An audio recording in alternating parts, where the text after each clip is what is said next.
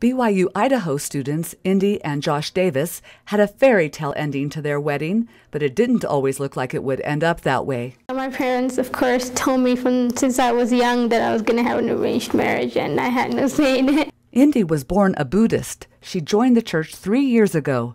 She is the first convert from an ancient Sri Lankan family. Well, I was Buddhist. That was my first religion, and my parents grew up as Buddhists. Our whole ancestry, extended family, everybody is Buddhist. Indy has known her entire life that she would have an arranged marriage. And my parents were like, when you go to Sri Lanka, you're going to meet some guys, and then you're going to, see if you like one, and then you can build up a relationship for a couple of years and then end up getting married. Meeting Josh Davis changed all of that. So I told my parents that I was dating Josh, and then at first they were like, no, you're not. We don't approve of this. This is not going to happen, no. And they're really not happy about it.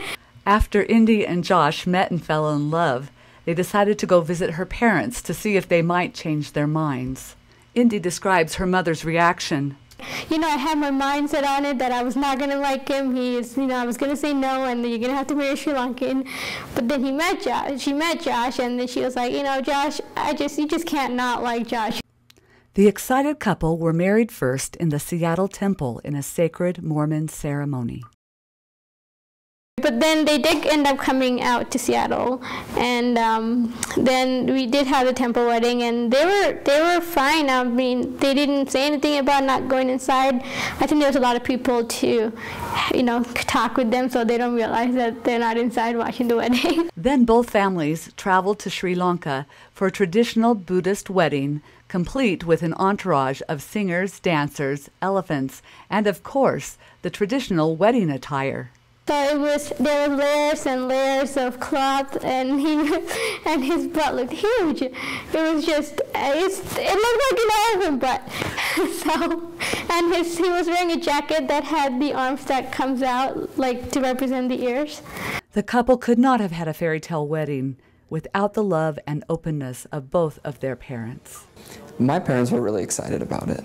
They were very supportive of it. I have an aunt who's full-blooded Korean, and so we're kind of used to that cultural diversity in the family, and they were really excited, mainly because they had met Indy, and they absolutely fell in love with her. She's such a sweet girl, and so they were really excited to kind of bring that cultural element into our family and experience that as well.